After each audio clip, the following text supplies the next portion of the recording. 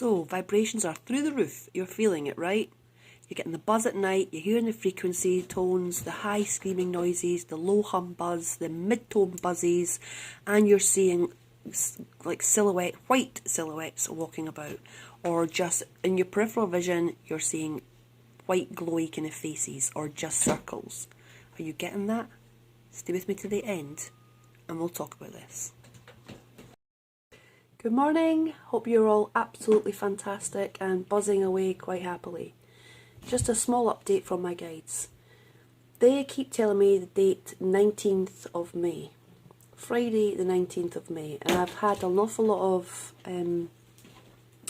confirmation of this through other people as well as through things in life. So when I asked about when massive changes will take place, they told me 19th of May. And now I have to give a disclaimer here that it's been known that I talk to both the good and the bad. It always has been that way. They always show me what they plan to do, and then my guides tell me that it's not going to happen. But I always do get shown the plan, and the plan is the 19th of May. Now, my most recent dream, which I haven't updated on the channel yet, was one that indicates we leave the planet. As bizarre as that sounds, I'm just going to go with it for the sake of this video, okay? So, in this dream, I've already left the planet. Lots of us have. And we're living in this place that is really lovely. It's just like a huge big hotel, something like that. And I know that I have to come back to Earth for something. I actually say I have to go back to my granddad's and get something.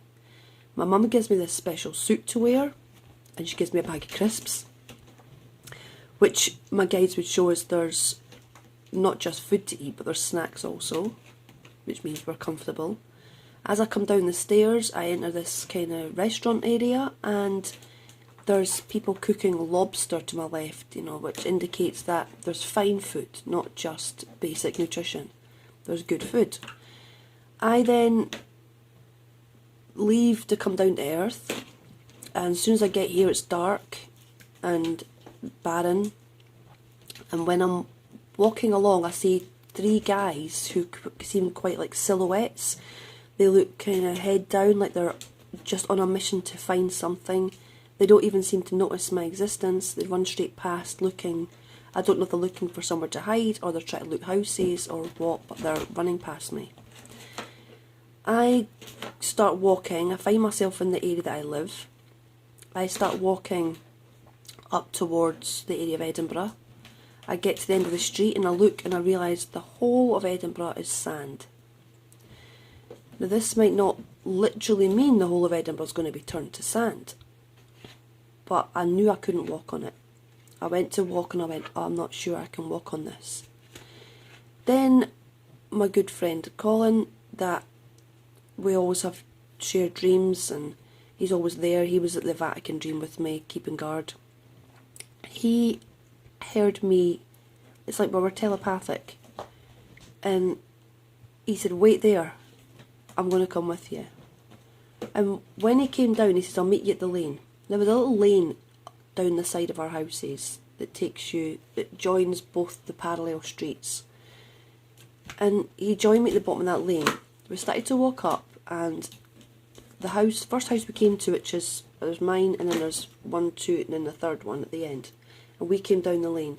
That house had a UFO in their front garden, just sitting there. And he's really tall, so he looked over the roof of it and looked in and said, he looked for a while and he was really taking the scene in, and he said, it's full of grey aliens. And in his mind, I linked to his mind and I could see what he was seeing, and it was grey aliens wearing black, not latex, sorry, like black stretchy lycra suits. And then there was a noise of running water, which was from the house across the street, and it was like burst pipes, all the water was coming out. At that point Colin panicked and said, where's that water coming from? And I says, oh, don't worry, it's just that house there.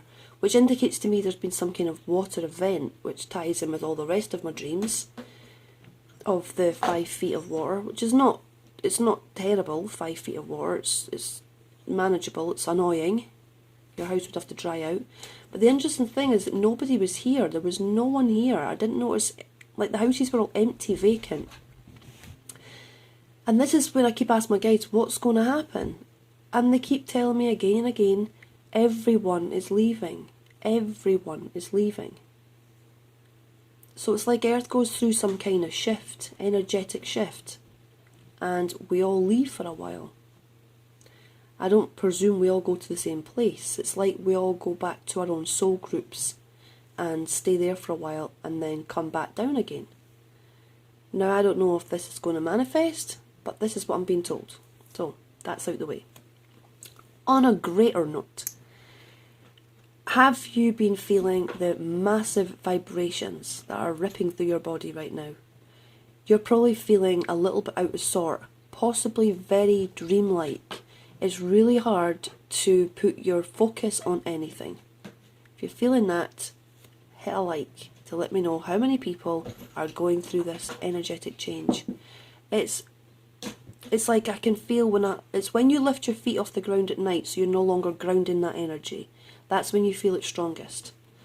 And it's like you can feel it in the feet, like a buzzy feeling, buzzy static feeling in the feet, and it'll work around your body, and it's like a hum. It's like expanding and retracting out of you.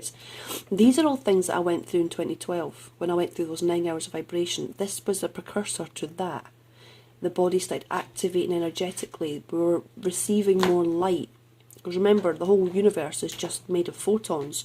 We're just buzzing little photons exchanging energy and information with each other. That is the basis of reality. It's like a holographic reality in that sense that we are no more than just light, conscious light. And we are filled with light. And there has been studies done on humans that show that we do emit a light source. You can have certain cameras that show that we do emit our own light. Every living thing emits its own light. So when this event happens, it seems that as we are buzzing and buzzing and buzzing more and more, something's going to activate that energy and cause a transition that will change us from a certain frequency of light to a higher frequency of light, which is a basically evolution. It's the next stage in evolution. And one of my colleagues, my good friend, he does look up the Bible a lot for references, and I'm not a Christian. I was born Catholic, but I don't follow that religion. I just, source to me is heaven. It's a blue star in the centre of the galaxy, and that's where heaven is for me. And we all return back to there when we're ready. But there's many places within there that we live, and I think when the Bible talks about, my Father has many mansions, it's full of planets and life. It's teeming with life, and it's just a higher vibrational frequency. And that is the aim of this life, is to reach that peak of energetic frequency, which obviously means letting go of the ego. You can't transcend to a state of bliss and unconditional love if you still have an ego, because you still have emotional responses to people's behaviour, and rather than an understanding towards a behaviour, we get wounded. And that's something that my guides told me for the last 10, 15 years. It's very important to remove this. It's to see us all as one collective being, sharing an experience, not dog eat dog, man against man, woman against woman, woman against man. It's not a case of that we're all individual beings fighting each other. When someone does something really bad to you, you should be healing that part of yourself in order to help heal them, not judging them or standing at the school grounds talking about how they're such and such and this is such and such, because that is not an enlightened way of being. Now, I'm not saying that when you're concerned about someone that you don't say, oh, I'm really worried that person's behaving like this, but not in a way that's a gossip or a judgmental, because not everyone's perfect. We all make mistakes. We all mess up continually. We think things we shouldn't be thinking. We say things we shouldn't be. We innocently mess up people's lives, or mess up their days, or innocently, just by not being organised and being late, and the person stood waiting for you, and they're thinking, God, why do they do this all the time? Leave me standing. And that's innocently just because perhaps you have ADHD and you can't get yourself organised. It's hard. So we do these things all the time, and these are forgivable, and these are things that people should be understanding. So I've got kittens darting about my feet, having the greatest of greatest days. My jeans are ripped to pieces by them, and they're all hacked up, but hey, they're cute, aren't they?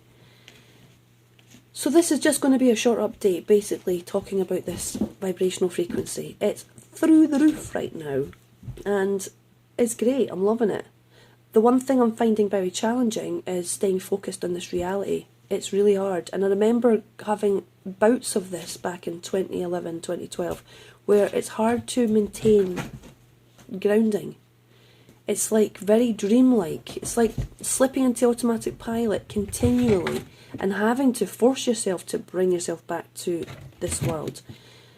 You know, like when you're driving, you've got to say, right, okay, I'm driving down the road now, and there's traffic lights coming up, and I'm always at my happiest when I drive. It's like, because the way my brain works, I am happiest when there's lots going on, and my brain's getting to work. It tends to shut down a lot when I'm not busy.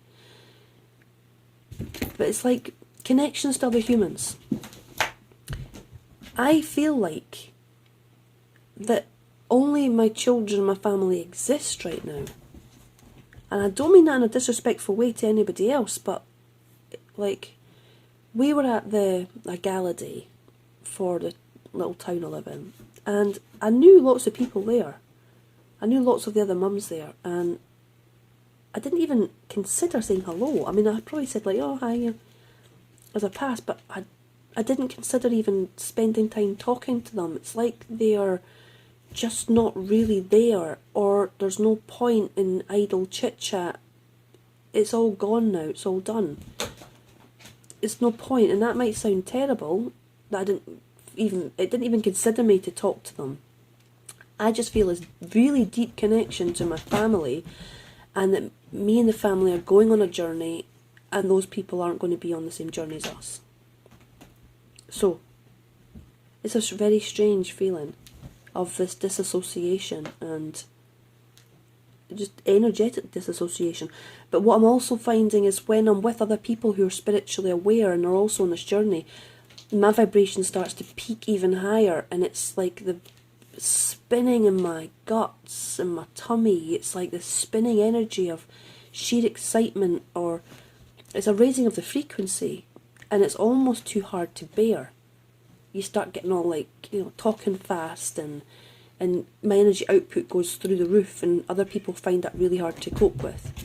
And one of my really good friends who went through the 9 hours of vibration with me back in 2012, I was doing energy work on her, and I was just, rub my hands together, hold the hands apart like this, and I asked her to put her hand in between mine, and she couldn't. She pulled it immediately, went, holy fuck, that's too strong. Excuse my French. But it's just this exceptionally high frequency. I mean, it's great for my healings, because I can do it half the time. But also, I'm seeing an awful lot of spirit. So, as your body transitions to one of a higher light body, you may feel that you are disassociating from life, from people around you that don't vibrate the same way, and it's like we're phasing out of here. That's the best way I can describe it, a phasing out. Now, this could be something that comes and goes, that we feel we're phasing out and then we come back in, and then this could happen repeatedly until a certain point, as my guides call it, the event. But interestingly, I've been tuning into my guides over the last couple of months, and quite often they've been very busy with what seems like fighting. It seems like they're at a war. They've been fighting something. But then a few weeks ago, that fighting seemed to stop, and every time I ask, because I've got new guides talking to me, and I still have the Arcturians, because the blue light, they're always with me. The flash blue lights is confirmation or warnings. And they don't communicate in a way with me like words. It's just setting feelings and flashes, basically. But I do still speak a lot to the Andromedans. And yes, they are all part of what you may class the Galactic Federation or whatever. They're all part of this alliance who is helping humanity, not because humanity is so special. It's basically because they have so many of their own people here. A lot of us volunteered to come here from different star systems, Lyra, Arcturus, Alcyon, Procyon, Andromeda. And we all volunteered to come here for this time. We all wanted to take part in this for whatever reason, many reasons why you wanted to be part of this end time scenario, what do you want to call it, or enlightenment of humanity, however you want to look at it. That one society, the way society's been run, is stopping and a new one's beginning. If that's here or elsewhere, we have to wait and see. But there is a massive change coming to humanity, and all this that happened over the last couple of years had to happen in order for people to really look at, is this the kind of life that humans should be living? Are we happy with how life is? They had a lot of time to really think about, is this life? Is this living? Working 6 days a week, getting, just a little bit of time off for family and friends, and saving up for a holiday once a year. Is this really how we should be living, hand to mouth, or saving up for new items that are all self-serving? It's not a community-based living where we all look after each other and we all make sure each other has enough. We will live to an excess and leave our neighbours poor. And that's just the way it is, right? They need to work harder. They need to do this. And it's such a service to self mentality that it has to give. This can't carry on like that. So we volunteer to come here to make the shift, to make the change. Now, I don't know if you watch Pete Peterson. I know he's not here now, but he made reference years ago that they discovered there's different DNA on the planet. There's 15% of the planet who does have alien DNA. That's probably you. You're watching this video because you are alien DNA. Or you are not the alien DNA, but you contain alien DNA. You think differently, you buzz differently, you are different, you think differently, people see you as different, but they don't know why. It's because you have alien DNA. And you came here for a purpose. You may have came here just for the experience of it all, or you came here to plug yourself in and be a conduit of energy between Source and Earth and help Earth transition. There's many reasons why we came here right now. But the point is that they're helping humanity because they're helping those that came here to get back off here again. Does that make sense? It's not like, oh, humanity's so special, we have to help. I know a lot of people say, oh, this is the best thing that ever happened. A lot of beings came here to watch this, and I believe that. Because I don't think this happens very often, where beings will transition physically into a higher state of consciousness while still in the body. But I can't guarantee that. I don't know that's true. That's just what I've been hearing as I've gone through life. My guides have told me continually that we are going through an energetic upgrade, and it was always going to happen, and it's been set up through life. Everything that's happened has happened in order to make this happen. Even the bad stuff. It helps us learn and grow and reach a higher vibration if it doesn't knock you down. Those it knocks down, we'll have to try again at a later date. But it's meant to build you up. It's meant to make you see through the crap. Realise what's really important and put your priorities in order. So this is meant to be happening. And I've been given the date 19th of May and my ears are ringing right now. And I know I watched another YouTuber recently who was asked about the ringing in the ears and said that it was brain damage. Now, I don't know. I cannot resonate with that, only because years ago, before all this energetic upgrade started, or really kicked in, I would get ringing in my ears when I did tarot readings, and so would a lot of other mediums. When they started to work, they would hear ringing in the ears, and it ceased when they weren't working. So this tells me that we're getting a feedback, we're raising our frequency, and we're tuning into a higher frequency, and you're able to hear that. And I don't think we'll be having brain damage while we're working, and then not when we're not. So I can't believe that, and I really love the woman, and I have utmost respect for her, and I know she comes from the same place as us, and I'm very surprised that she said that the ring in the ears was due to brain damage. Your brain has just got your antenna is hearing a different frequency, and it sounds like a high-pitched tone. That's why it comes and goes. That's why sometimes it sounds like a modem. You're hearing the universal frequency. You're tuning into it as you raise your frequency. So please don't think that you have brain damage if you get ringing in your ears. It's not. Some people it may be true for, but if you're getting it when you're in a high frequency state, or when you're meditating, or when you start to do tarot readings and you're tuning into that altered state of consciousness, and that's when you hear it, then it's really not brain damage. It's just a new awareness you've developed. And so many people right now are getting ringing in their ears. I made a video years ago about it, and people were commenting on, that's what I hear. That's what I'm hearing in my ears. And it's not that everyone suddenly developed the brain damage.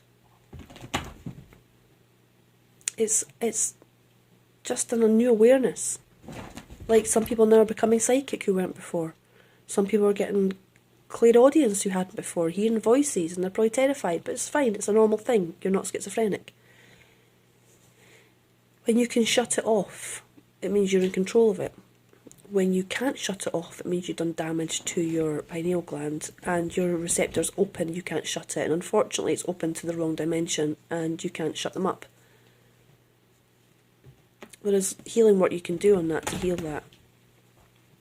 But I don't want to disrespect anyone or upset anybody here when I'm saying this. It's just for the purpose of, you have not got brain damage.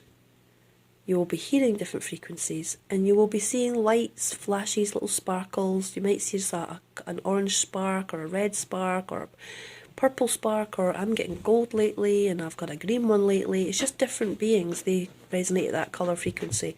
That's how you see them, and they're here to watch this and to be here for this event. Now, I'm not saying that I definitely think that on the 19th we're all going to vanish and disappear. But that's what's been hinted at me.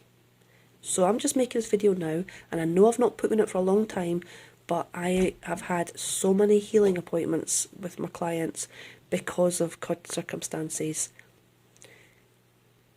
I found myself having to reconnect people's souls back into their body again, which could not stay in.